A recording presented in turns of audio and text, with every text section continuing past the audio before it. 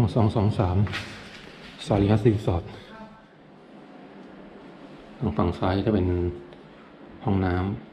ำเข้ามาทางด้านขวาของห้องจะมีไม้กวาดมีกระจกบานใหญ่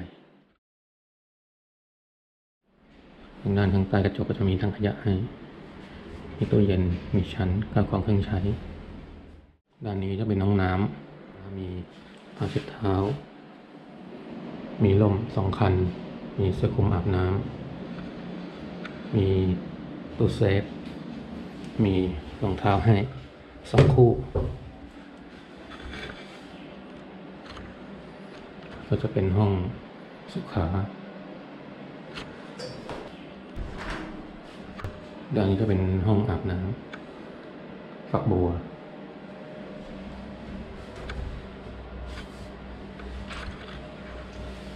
มีเจลอาบน้ำมีแชมพูมีครีมนวดก็มีน้ำเย็นน้ำร้อนน้ำอุ่นน้ำร้อนน้ำอุ่นน้ำเย็นและฝักบัวอยู่ในห้องสุขาก็จะมีทิชชู่มีสายฉีดชักโครกถังขยะก็จะเป็นห้องน้ำห้องสุขาแบบซีทรูประตูบานเลื่อนด้านห้องอาบน้ำก็จะเป็นแบบซีทรูเหมือนกันเป็นบานเปิดจะมีราวตากผ้าให้ทางด้านนี้ขวามือก็จะเป็นอ่างล้างหน้าแล้วจะมีกระจก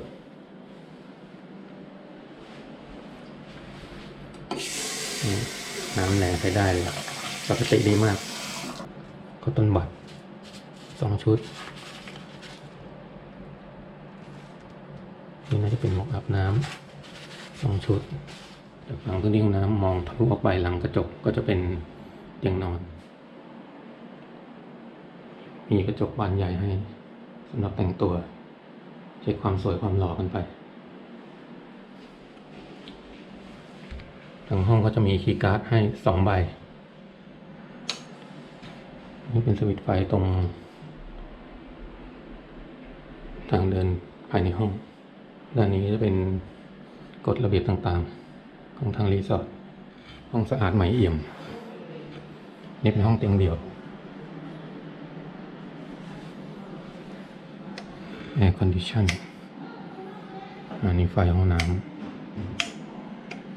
อันนี้ไฟห้องไฟหัวเตียงไฟห้องในห้องจะมีตู้เย็นมีกระจกบานใหญ่มีชั้นวางข้าวของเครื่องใช้ต่างๆได้ปอกผมแก้วน้ำดาษชำระดินสอน่าจะเป็นสเปรย์กันยุงมีตู้เย็นมีน้ำดื่มให้2 ขวดแล้วก็ลุกให้4 ผืนก็มีทีวีสัญญาณรีโมท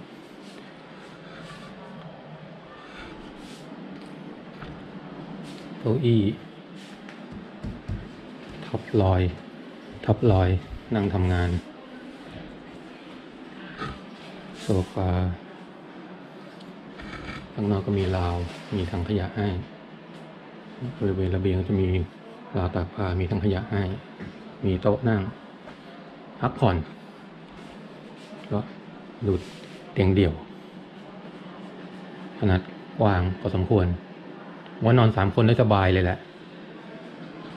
มาดูโต๊ะหัวเตียงมีไฟหัวเตียงร้านนั้นก็มีไฟหัวเตียงเหมือนกันผมเดินไปเปิดดู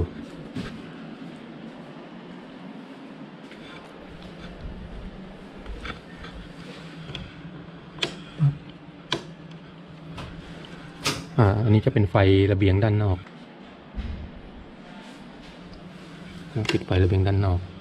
อันนี้ก็ไฟหัวเตียงตรงนี้ปลั๊กไฟ ม่าน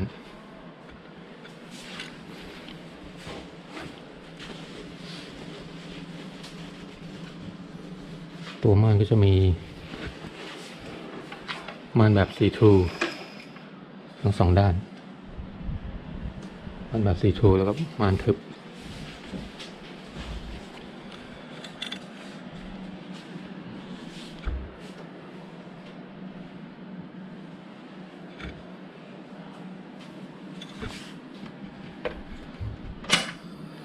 ออกไปดูวิวหน่อยบรรยากาศวิวของห้อง223ห้องเตียงเดี่ยวชั้น2เป็นห้องแกรนด์ซูพิเลียของสายรีฮัทรีสอร์ท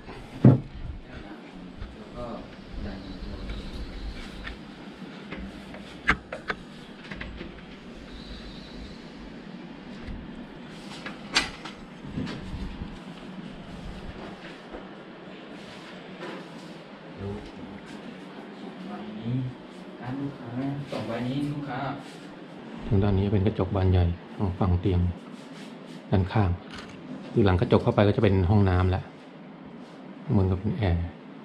คืออาคารนี้เป็นอาคารใหม่ครับ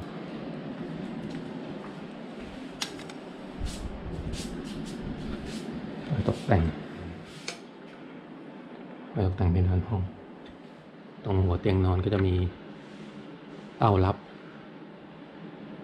อีก2 จุดเมื่อกี้หมอนวางอยู่ผมก็ลืมถ่ายเต้ารับ1 2งานโน้นอีก3 4มีเต้ารับตอนนี้เจอ4 จุดงานนี้อีกด้านห้องน้ำอีก5 6เต้ารับทางด้านใต้ทีวีก็จะเจออีก7 8 9 10เจอเต้ารับถึง10 จุดของห้อง223สารีฮัทรีสอร์ทเกาะเต่าเดินทางฝ่าคลื่นลมมาเหนื่อยๆนี่หายเหนื่อยเลยเจอบรรยากาศห้องเงียบสงบเข้าไป